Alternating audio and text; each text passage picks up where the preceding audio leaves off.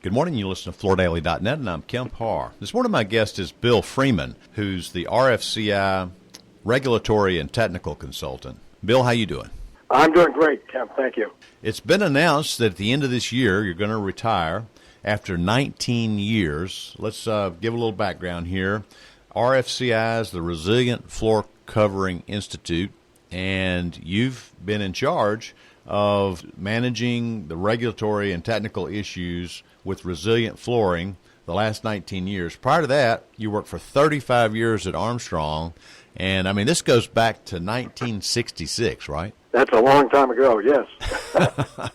Well, you're one of those people that I hate to see leave because you have forgotten more than most of us know. So bittersweet news to hear this. They've announced the person who's going to come in behind you, Jane Rode. Is that how you pronounce it? Yeah, Jane Rode. Jane's an architect. Yep, and she'll do a great job. Let's just look back on the past and the years that you've been in the business and talk about how the business has changed. Well, it's been lots of areas really the last 53 years.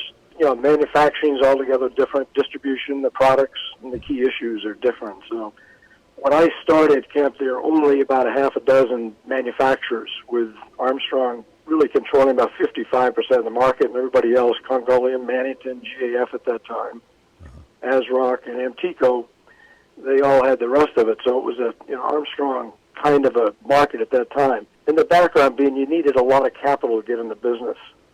And so unless you were ready to put up millions of dollars, you weren't going to get in the resilient flooring business. I mean, that's all changed today. There's probably 25 manufacturers in the business, and today you can set up shop really by importing products from the Far East. So people like Metroflor and Carndine and Novalis and so forth have become major players in resilient. And the other big thing, of course, in the manufacturing is the carpet folks recognize the interest in resilient floor covering. So today Shaw is the largest member of RFCI, the largest producer of resilient flooring. So, and then Mohawk, and now more recently Interface. So the changing face of all the manufacturers in the business has been a major change. Tell us how the product has changed over those years. Well, I mean, way back when I started, things like asphalt tile and linoleum were major products. Of course, there's no more asphalt, and linoleum's kind of a niche market today. But the big first change was the cushioned floors, and Congolium brought those out first. Right. Underfoot comfort was a big thing in the kitchen, so they got a big play, and then other people followed them. Then the next big thing really was the no-wax floors. And when Armstrong brought out Solarium, that was a huge, again, issue in the market. And now using high-performance coatings.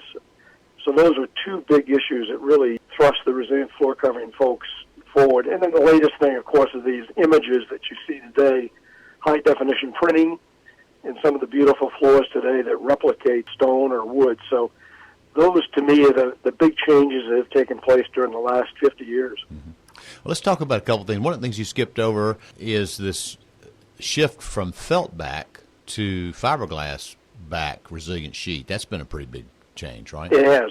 And that really started all in Europe many years ago, where their floors, sometimes they roll them up and take them with them. So the dimensional stability is a big factor. By using fiberglass, you can obtain that stability you need. So that's been a big change also, yes. Uh-huh.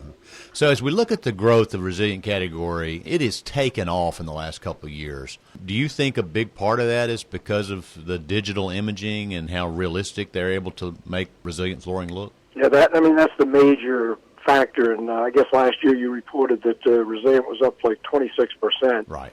And most of that's all in that LVT and now the rigid core products.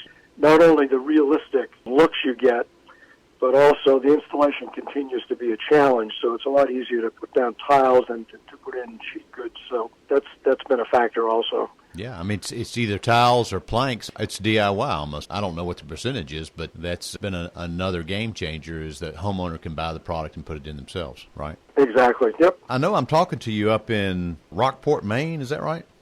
That's right, yep. Yeah. All right, so what are you going to do next? Well, I have plenty to do. I'm very active in a lot of activities here in our town, and I like to play a little golf here and there. And I've got grandchildren, so I have plenty to do. So once I retire from RFCI, I won't be lacking of activities, believe me. Yeah.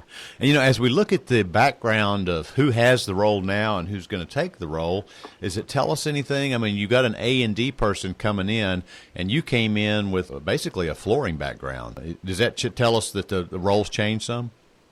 Well, not really, but it's interesting. My background is marketing, as you know, and I had to learn, again, more of the technical issues and so forth, whereas Jane is coming in as an architectural background, and she'll learn more of the technical things now on resilient flooring. But she's got a great background, and as you're aware, some of the biggest issues for our industry today are the environmental issues. So yeah.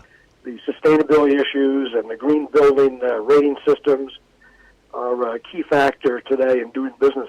And Jane has a great background in those areas, so that'll be a real strength she'll bring to our organization. Yeah, let's go through a couple of them. You've got the phthalate issue. You've got some companies that don't want any vinyl components. You've got this red list. You've got HBDs and EPDs. That's kind of what's driving some of this now, isn't it? Exactly. You sound like you're up to date on all of that. But all of those issues you just mentioned are ones that impact our industry. We continue to argue against this very small segment of the specifier community, which talks about not using PVC. Right.